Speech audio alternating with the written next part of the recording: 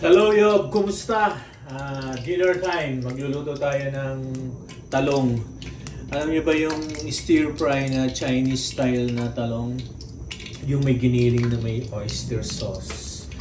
Ang ginawa ko lang, dinagdagan ko lang siya ng, meron tayo ditong mushroom, dinagdagan ko lang siya ng mushroom. Yun, walang mushroom eh. Ito yung ating mga talong, hiniwak siya ng ganito lang. Kaliliit. Bali, hinati ko siya and then ginawa kong 4. Meron tayo ditong giniling. So ngayon ang unang gagawin natin, ipiprito natin itong ating mga talong. Sandali lang, hindi siya talaga prito, parang padadaanin lang natin para hindi siya masyadong madurog. Hintayin lang natin itong aking mantika, pinaiinit ko. Umpisahan na natin ang ating pagpiprito.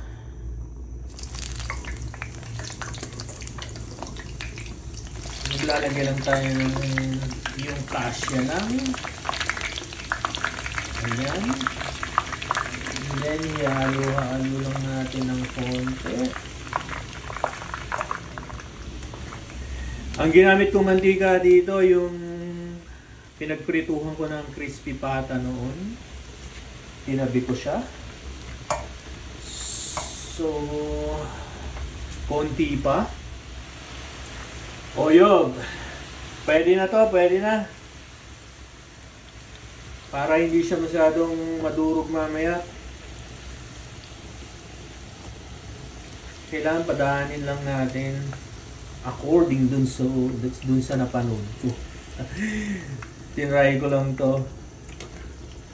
Kasi nakapagluto na rin ako dati nito eh. Masarap naman siya. Ito, tsaka sa Chinese, ito yung paborito kong gulay nila pag kumakain kami sa mga Chinese restaurant. Check natin. Oh, okay na rin to. Hanguin na natin. Pagkatapos nito, yung ating giniling, i-fry lang natin yung ating giniling. And sunod-sunod na nun.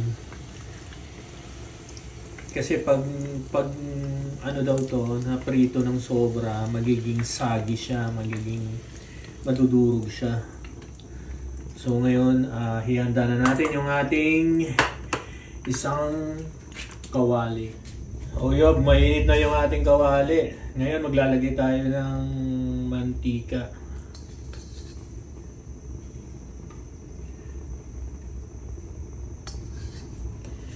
Hinaan ko muna, sumobrang init.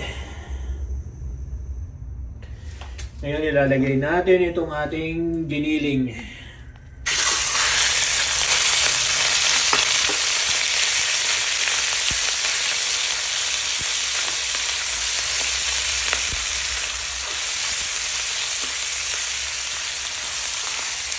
Para hindi siya magdikit-dikit ng masyado, kailangan mainit kasi yung kawali.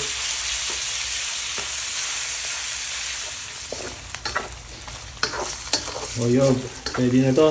Medyo na-prito na siya. Lumabas na rin yung mantika niya. Ngayon ang lalagay natin yung ating bawang at sibuyas. Pagsabayin na natin para sabay maluto. Maluluto rin naman yan.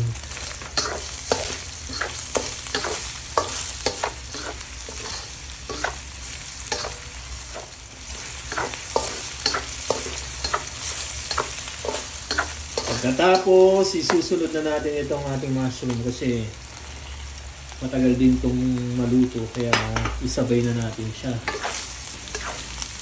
Habang niluluto natin yung bawang at sibuyas, sasabay na rin natin. Kaya muna natin siya dyan.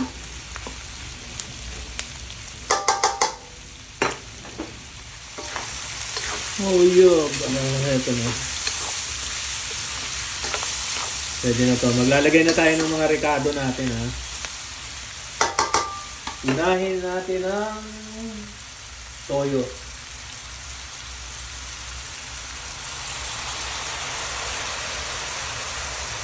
Pagkatapos yung ating alit po itong oyster sauce na ito dahil pinahihirapang buksan. Siguro mga 2 tablespoon na oyster sauce.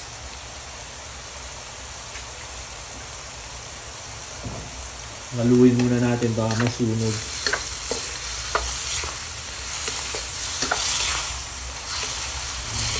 Wow! Tapos yung ating light soy sauce. Ano ba itong mga to? Na-frozen ba? Konti lang naman, konti. Yan. Halo pa rin.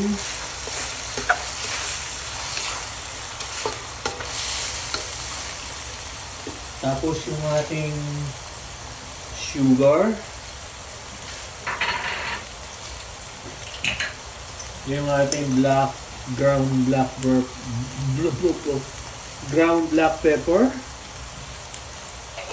na bulol.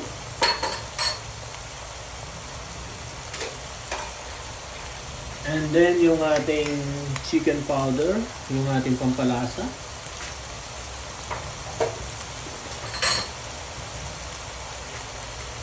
Halo muna natin.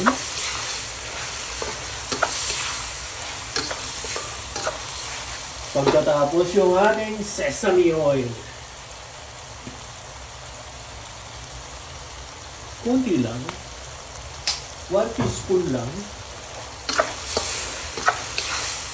Ayan na. Ayan muna natin. Medyo kumulo-kulo.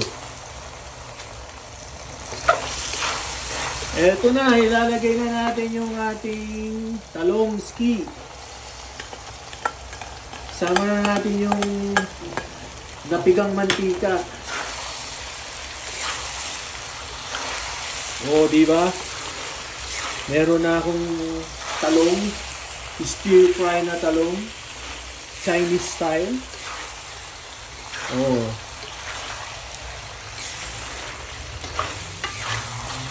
Ngayon, patayin na natin yung ating kalan. See? Yo, oh. Parang sumubrang giniling yun, oh. Okay, eto na. Ihanda na natin yung ating magic na plato. Wow. Yee. Ang ating talong. Siyempre, lagyan natin ng konting giniling sa taas. Pang presentation ba? Tsaka yung ating mushroom. Ayan na siya. Yob. So, ano pa nga ba? Kailangan nating i-share. Kailangan ha, parang mandatory. Salamat sa panonood at sana alam na ninyo tong pagluluto na to. Style ko lang to. So, salamat at sana share ang video and then i-like and huwag kalimutang mag-subscribe.